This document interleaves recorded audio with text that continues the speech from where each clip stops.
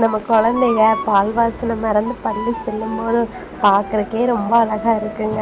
காலையில் எந்திரிச்சு குளிச்சுட்டு சாமி கும்பிட்டுட்டு அம்மத்தா ஊட்டி விட செல்லமாக சாப்பிட்டுட்டு பக்காவாக ஸ்கூலுக்கு சூப்பராக ரெடி ஆகிட்டாருங்க.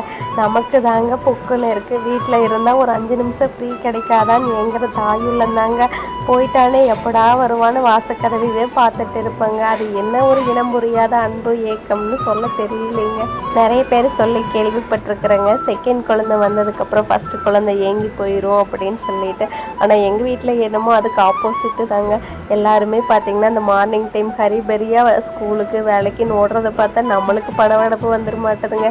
ஒரு வழியாக எல்லாத்தையும் ஓவர் கம் பண்ணி ஸ்கூலுக்குள்ளே என்ட்ரு ஆயாச்சுங்க. வெல்கம் பண்ணுறதுக்கு எல்லாமே வந்து சூப்பராக பண்ணியிருந்தாங்க. எல்லா கிட்ஸும் என்ஜாய் பண்ணாங்க. ஸோ அதெல்லாமே நெக்ஸ்ட்டு வீடியோவில் வரை எங்கள் கூட சேர்ந்து நல்லா என்ஜாய் பண்ணுங்கள்.